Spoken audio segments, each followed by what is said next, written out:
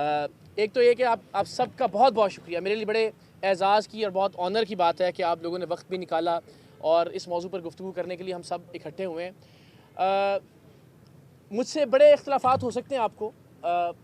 मिसाल के तौर पर इमरान रियाज़ भाई से मुझे बहुत सारे इख्तिलाफ़ात हैं, सिद्दीक़ जान साहब से बड़े नज़रियाती इख्तिलाफ़ात हैं, लेकिन कुछ पॉइंट्स ऐसे होने चाहिए कि जो हमें अंदाज़ा हो कि यहाँ पर कम से कम हम सब ने मुत्तफ़िक़ होना है। और फिर आपने देखा कि जब इमरान रियाज़ खान साहब से उनके साथ जुल्म रवा रखा गया तो फिर मैं अपनी बिसात के मुताबिक जहाँ जहाँ मुमकिन था मैंने भी कोशिश की, सिद्दीक़ जान साहब के लिए भी आवाज़ उठाई। तो कम से कम ये एक नुक्ता मुझे लगता है शुफ वाली सरकार के हवाले से कि ये मामला ना मेरी ज़ात का मामला है, ना ये सिर्फ हमारी बरादरी का मामला है हम सब का। ये आप यकीन कीजिए, मैं बड़ी दयानतदारी से और मैं मुकम्मल यकीन रखता हूँ इस बात के ऊपर कि ये पाकिस्तान के इमेज का मामला है, ये दीन इस्लाम के इमेज का मामला है, ये तसव्वुफ़ के, ख़ानकाहों के, दरगाहों के इमेज का मामला है और सब बढ़कर जो हमारा अक़ीदा ख़त्म नबूवत है उसके तहफ़्फ़ुज़ का मामला है। आप यकीन कीजिए एक ऐसा आदमी कि जो बिस्मिल्लाह ठीक से नहीं पढ़ सकता, मैं अल्लाह और उसके रसूल को गवाह बना के आपको ये बात बता रहा हूँ कि उस आदमी को नमाज़ पढ़नी नहीं आती। मैंने 2 दिन पहले रिक्वेस्ट में बड़े मुअद्दबाना अंदाज में कहा कि देखें, लोगों को शक है कि आप अल्लाह के वली हैं या नहीं है, आपसे रिक्वेस्ट है कि आप हमें नमाज़ सुना दें। वो ऐसा नहीं कर सके। मैं 4 घंटे तक ये गला फाड़ फाड़ के उनके साथ लाइव उनके अड्डे पर बात करता रहा। मैंने कहा जी एक आयत सुना दें आप हमें। आप सब जानते हैं कि वो एक आयत भी नहीं सुना सके, बल्कि वो जिस सिलसिला तसव्वुफ़ का हिस्सा होने का दावा करते हैं उसके बहुत बड़े बुज़ुर्ग हैं, सिलसिला चिश्तिया के बहुत बड़े बुज़ुर्ग हैं, ख्वाजा मोइनुद्दीन चिश्ती अजमेरी साहब। उनका नाम तक नहीं आता था उनको, वो ख्वाजा मोहिउद्दीन चिश्ती अली हजवेरी कहते रहे उनको, और बार बार कहते रहे, उससे पहले भी वीडियोज़ के अंदर। तो जो शख्स बिस्मिल्लाह ठीक से नहीं पढ़ सकता, कोई एक आयत ठीक से नहीं पढ़ सकता, कोई नमाज का कोई वाजिबात नमाज में से कोई चीज़ नहीं सुना सकता, वो अल्लाह का वली कैसे हो सकता है। हमारा चले इस बात पर भी एतराज़ नहीं है। मेरा एतराज़ ये है कि हमारे लिए बड़ा हसास अक़ीदा है, अक़ीदा ख़त्म नबूवत। आप में से क्या कोई आदमी इस हुलिये, इस वज़ाक़ता या इस किरदार के आदमी को सिपा सालार ख़त्म नबूवत मानने के लिए तैयार है? कभी नहीं। यानी हम ये चाहेंगे कि ये आदमी हमारे अक़ीदे का सिपा सालार हो, ये आदमी दीन का चेहरा बन जाए। Very unfortunate. आज 10 साल के बच्चे से 30 साल के नौजवान तक आप पूछें पीर किसे कहते हैं, उससे पूछें वली क्या होता है, उससे पूछें अक़ीदा ख़त्म नबूवत का सिपा सालार किसे कहते हैं, उसके ज़हन में बदकिस्मती से एक ही नाम आएगा और वो नाम है हक खतीब का। इसलिए कि उसने सोशल मीडिया पे उसी के ड्रामे देखे हैं। उसको लगता है कि पीर का या तसव्वुफ़ का या खानकाहों या दरगाहों का मकसद ही ये होता है या शक्ल ही ये होती है। एंड नॉट ओनली दैट, आप तसव्वुर नहीं कर सकते। अब जब से हमने इसको शुरू किया तो हमें अंदाज़ा हुआ, रोज़ाना की बुनियाद पर दर्जनों वीडियोज़ आ रही हैं। बिलाल यहाँ मौजूद हैं, गवाह इस बात के, जो लोग मुतासिर हैं इनके। बलोचिस्तान से एक कैंसर की मरीज़ा चलती है, सिंध से एक 10 साल का माजूर बच्चा चलता है जिसे यूरिन बैग लगा हुआ है, और वो 12 बार सफ़र करके जाते हैं इस बदबख्त के पास, और ये 12 बार बुलाता है कि जी एक दम, फिर दूसरा दम, फिर तीसरा दम। क्यों? क्योंकि पूरे पाकिस्तान में इसका ट्रांसपोर्ट नेटवर्क है। यानी अगर आपने लाहौर से जाना है ना बलावड़ा शरीफ, तो कोई बस नहीं जाएगी वहाँ पे। इसके एजेंट जो हैं वो आपको बताएंगे कि जी पीर मक्की से बुध के दिन इस डेट को बस चलेगी, और जहाँ 4,000 रुपये किराया होगा 40,000 रुपये किराया लिया जाएगा। तो एक ज़रिए आमदन तो ये है, लोगों को सिर्फ जलील करने के लिए 12 बार 15 बार बुलवाया जाता है। और वो लोग बेचारे जिनके गुर्दे फेल हो चुके हैं, जो डायलिसिस पे हैं, जिनकी कीमोथेरेपीज़ हो रही हैं, वो लोग जिनके बच्चे माजूर हैं, जिनकी बुजुर्ग वालिदैन बीमारी का शिकार हैं, उन लोगों को बार बार बुलाया जाता है। फिर वहाँ पे 2-2 दिन इंतज़ार करवाया जाता है। उनकी खादमा कल हमें बता रही थी कि ये इतना बदबख्त आदमी है कि ये अपने कमरे से पर्दा बार बार हटा के देखता है कि नीचे रश लगा या नहीं लगा, और जब तक रश नहीं लगता ये हज़रत साहब बाहर नहीं आते शुफ करने के लिए। उस रश लगाने की वजह से 2-2 दिन इंतज़ार करवाता है, सर्दी में, गर्मी में, हब्स के मौसम में, बर्फ़बारी के अंदर ज़लीलो ख़ार करता है। लोग बेचारे, आपने भी देखा कि लाइनों के अंदर लगे होते हैं अपने मरीज़ों को व्हील चेयर्स के ऊपर लेकर, सिर्फ इसलिए कि ज़रा इसका शशका बन जाए। फिर वो लोग जो 12 बार जाते हैं और जब वो कहते हैं हज़रत हमें तो इलाज आराम नहीं आया आपकी शुफ से, तो फिर ये कहते हैं अच्छा आपने कोई गलती की होगी। यानी इसको बोलता है कि जी आपने लहसुन नहीं खाना, आपने बड़ा गोश्त नहीं खाना वगैरह वगैरह। कहते नहीं आपने इनमें से कुछ चीज़ कर ली होगी, लिहाजा अब 12 बार बलावड़ा शरीफ आए। अगर कलर सैयदा पे है, कलर अगर बलावड़ा है तो कलर सैयदा पे बुलाता है। फिर जब 12 बार मजीद बुलाया जाता है, उसके बाद फिर इसके चेले कहते हैं हज़रत आपके ऊपर बड़ा सख्त किसी ने जो है ना वो काला जादू किया हुआ है, लिहाजा आप 80 देगें दें। बंदा कहता है जी चले ठीक है, मैं घर बेच के मेरा बच्चा ठीक हो जाए, मेरी माँ ठीक हो जाए, मेरा भाई ठीक हो जाए, मैं अपने जेवर बेच के, अपना घर बार बेच के, अपनी ज़मीनें बेच के मैं दे देता हूँ पैसे, मैं देता हूँ देंगे, बताएं किधर देनी है? कहते नहीं देंगे नहीं, पैसे में दे दे हम। उसकी रिकॉर्डिंग्स मौजूद हैं हमारे पास। इस तरह से बेचारे उन मरीजों को लूट लूट के, जो गरीब, जिनके पास डॉक्टर के पास जाने के पैसे नहीं होते, इसलिए वो कहते हैं शायद एक फूंक से या एकदम से हमें आराम आ जाए, वो बेचारे जलीलो रुस्वा हो के इस बंदे को लाखों रुपए देते हैं और उसके नतीजे में 11 अरब रुपए की जायदाद है जो सिर्फ पंजाब लैंड रिकॉर्ड अथॉरिटी की है। मैं इतने सारे कैमरों की मौजूदगी में अल्लाह को गवाह बना के आपको बता रहा हूँ, पेपर हमने वीडियो में पब्लिश भी कर दिए।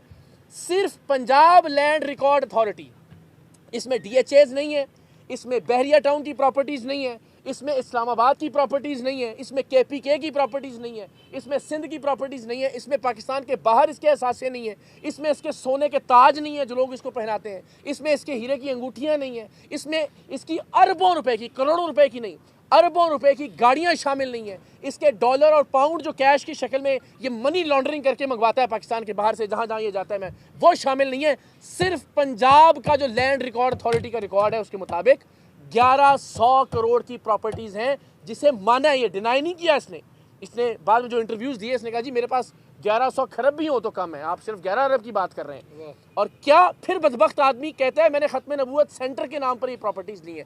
भाई कोई प्रॉपर्टी 5 साल से आपके नाम पर है, कोई प्रॉपर्टी 10 साल से आपके नाम पर है, और आज तक आपने कोई खत्म नबूवत सेंटर शुरू नहीं किया।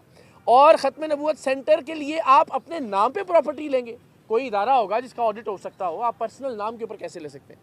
तो ये इतनी बड़ी बदबख्ती है। अभी मेरे साथ कुछ 4-5 टर्किश यूट्यूबर राब्ते में, एक टर्किश यूट्यूबर पाकिस्तान के लिए आए थे, कोई एजेंट इनको ले गया उनके पास, वो आप आजकल में देखेंगे भी, मैं वीडियो सेंड भी करूंगा आपको।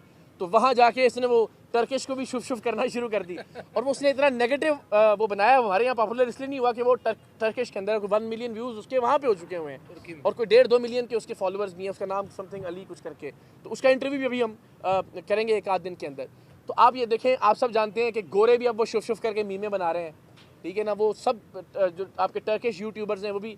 तो क्या इमेज हम वो ये एक आदमी देखेगा कि यार एक पाकिस्तानी मुसलमान आमिल है या लीडर है, वो शुभ शुभ कर रहे हैं, और उसके सामने 4 लोग हैं जिन्होंने लंबी ज़बान निकाली हुई है, या उसके सामने ऐसे लोग हैं कि जो उछल रहे हैं, कलाबाजियाँ खा रहे हैं, जिन पाकिस्तान का, दीन का, इस्लाम का क्या इमेज जा रहा है। मेरी आप सबसे रिक्वेस्ट है कि इस एक मामले के ऊपर हम सबको इकट्ठे होकर अपने तौर पर एक आवाज़ बुलंद करनी चाहिए, इसलिए कि ये आप यकीन करें, आप कोई एक वीडियो भी देखेंगे जो उसके मुतासिर लोग हैं, रात को बाज़ औक़ात नींद नहीं आती कि यार इतना जुल्म भी कोई इंसान कर सकता है। तो मेरी रिक्वेस्ट है कि आप लोग प्लीज़ अपनी अपनी कैपेसिटी में, परवरदिगार आपको इसकी जज़ा दे कि हम लोगों को इसके जुल्म से बचाने की एक इंशाअल्लाह अज़ीज़ कोशिश कर सकें। एंड मुझे बड़ी पॉजिटिव, बड़ी शानदार वाइब्स आई यहाँ हारिस से मिलके। इससे पहले भी मुलाकात है, कहाँ गए हारिस? अच्छा, आपके खाने का इंतज़ाम कर रहे हैं काले में।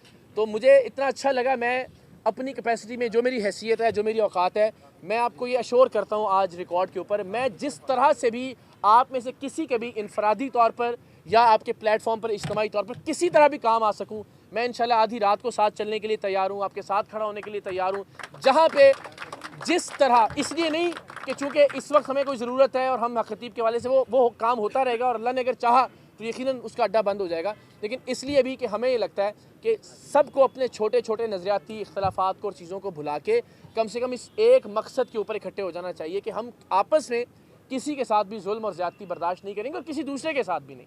इस पर हम सारे मुत्तफ़िक़ हो, और मेरी जो भी आजिज़ाना खिदमात हैं वो इंशाल्लाह आप लोगों के लिए हाजिर हैं। मुझे बड़ी खुशी होगी अगर आप मुझे ये एज़ाज़ दें कि मैं किसी काम आ सकूँ आप लोगों के। दूसरा, जो कल एक वाक़या पेश आया, आप ये देखिए, मैं DHA फेज़ 6 में रहता हूँ। कंपैरेटिवली हम सबको ये लगता है कि वो बड़ा सिक्योर, बड़ा महफूज इलाका है। वहाँ 22 मिनट के वक्फे से 2 बार फायरिंग की गई, और 18 गोलियों के खौल तो पुलिस ने रिकवर किए वहाँ से खुद। पहली FIR में 3 थे, फिर उसके बाद ज़िमनियों के अंदर उन्होंने ऐड किए, और अभी तक पता नहीं चल सका कि फायरिंग किसने की है। यानी जिस सोसाइटी के हर दूसरे घर पे CCTVs लगे हुए हैं, जहाँ डिफेंस की अपनी सिक्योरिटी के कैमराज हैं, जहाँ पे लाहौर का जो सेफ सिटी प्रोग्राम है उसके कैमराज हैं, जहाँ जो स्कूल्स हैं इर्द गिर्द और बिल्डिंग्स हैं उनके कैमराज हैं, लेकिन अभी तक पता नहीं चल सका, एंड आई होप कि पता चल जाए। मैंने इसमें भी कोई सनसनीखेजी नहीं डाली कि जी खतीब ने करवाया या फलां ने करवाया, सो दैट किसी को ये ना लगे कि कोई पर्सनल ग्रज है या मैं कोई विक्टिमाइजेशन कार्ड खेल रहा हूँ इसके ऊपर। मगर ये कि बहरहाल मुझे आप मारिए, मुझ पर गोलियाँ बरसाएँ, मेरा सीना हाजिर है। मैंने हमेशा मार भी खाई है, मैंने गोलियाँ उनका भी सामना किया है, मैंने जेलें भी काटी हैं इस मुल्क के अंदर, मैंने हर तरह का तशद्दुद बर्दाश्त किया है, मेरी ज़ात की हद तक है ना। ये बड़ी ज़्यादती है कि यार आप किसी के घर पे, जहाँ मेरी वालदा भी हैं, जहाँ मेरा बच्चा है, जहाँ मेरे भतीजे भतीजे हैं, ये मेरा ख्याल है कि ये एक लिमिट है जिसे क्रॉस नहीं होना चाहिए था। अब ये जिसने भी किया है, ये मुझे बड़ी तकलीफ़ और अजियत है इस बात की कि मेरी फैमिली के बच्चों को हरासा किया गया।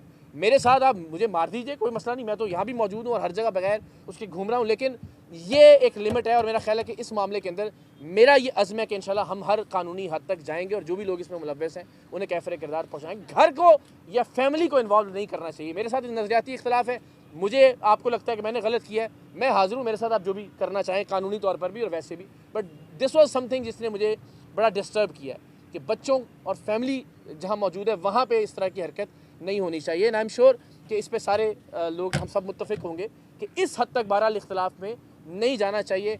और इंशाल्लाह मुझे उम्मीद है कि आज हमारा ये मिलना एक बड़ा पॉजिटिव साबित होगा।